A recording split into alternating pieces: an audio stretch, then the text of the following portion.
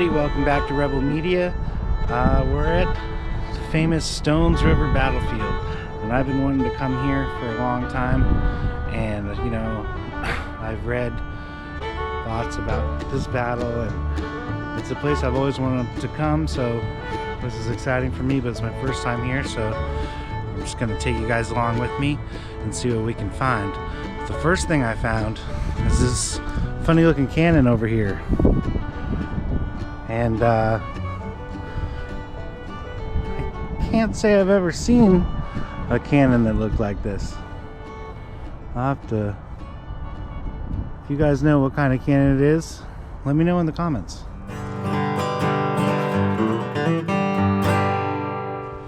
As I pulled in here, I was kind of trying to save this spot for the last, but the first one when you come in is the one and only, the slaughter pen.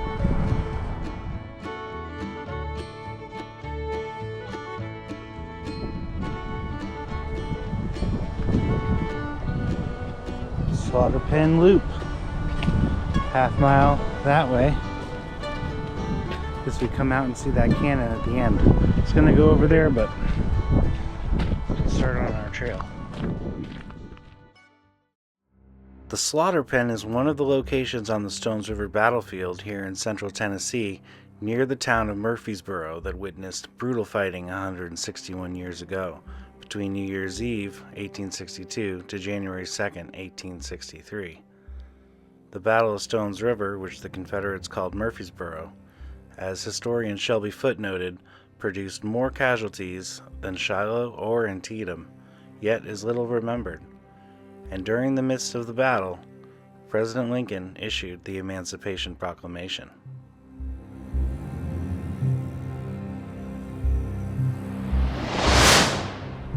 For those of you who don't know, Stones River and the slaughter pen is where the Federals, they held this position. They were told to hold it under all costs. They were all expecting to die out here.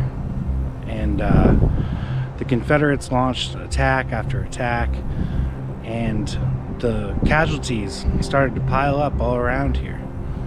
And the blood from all the casualties collected and pooled in these rocks I'm about to show you. I've read about this, and it's amazing to be here in person. Like Gary Edelman says from Battlefield Trust, there's really nothing like actually being here and actually seeing it with your own eyes. So shout out to Gary, he's the man. And let's see what we got here. I cannot remember ever seeing more dead men and horses and captured cannon all jumbled together. The ground was literally covered with bluecoats dead. These metal cutouts here, some people hate them and some people love them, and there's no real in between. It's kind of like cilantro. I am in the loving it camp, because how cool. Totally gives you a perspective. See what he was seeing.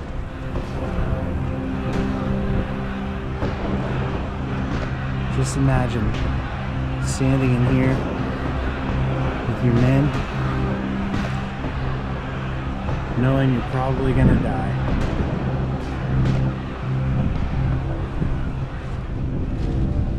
To walk on these rocks,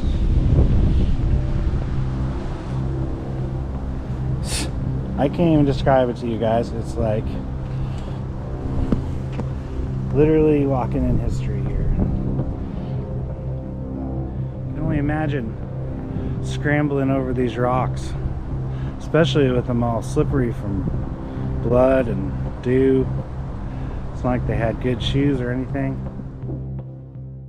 Federal Major General William Rosecrans, or Old Rosie, had great intentions to trick the rebel right flank.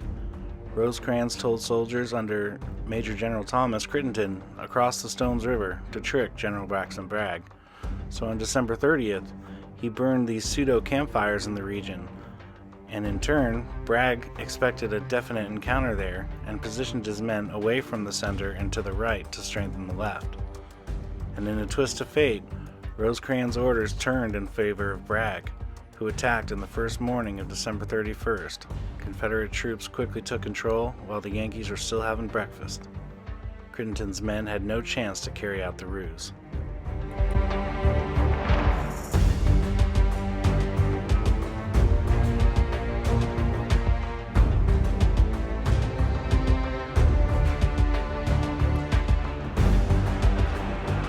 From 6 to 10 a.m., Confederate soldiers forced the Federal right flank back to the Nashville Pike.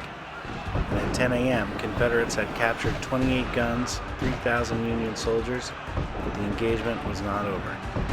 By noon, things had changed. Brigadier General Philip Sheridan, who commanded the Right Center Division, while James Neagley, who was in charge of the Centerline Division, had good cover and concealment in the woods with strong artillery. Neagley's men became strong, forcing the Confederates into a frontal assault. This combined soldiers of Neagley and Sheridan, who held on for 2 hours under heavy fighting, giving Rosecrans the time he needed.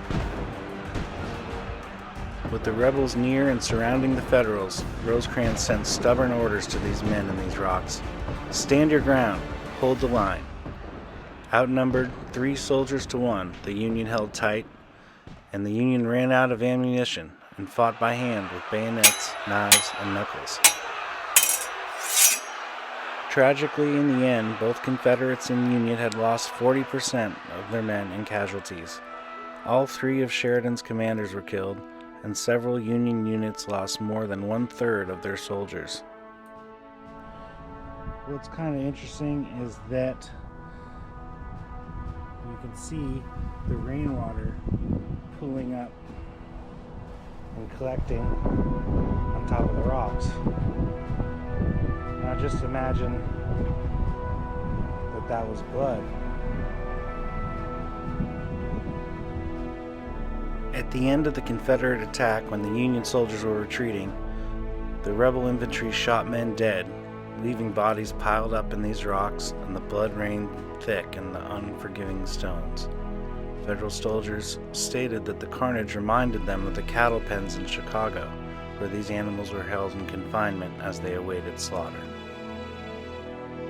The slaughter pen is epic within the story of Stones River. When the battles were over on January 2nd, there were 12,900 casualties for the Union and 11,700 for the Confederates. Many of these Union and Confederate soldiers were not even 20 years old. The bloodshed of the slaughter pen is one of the worst in the war.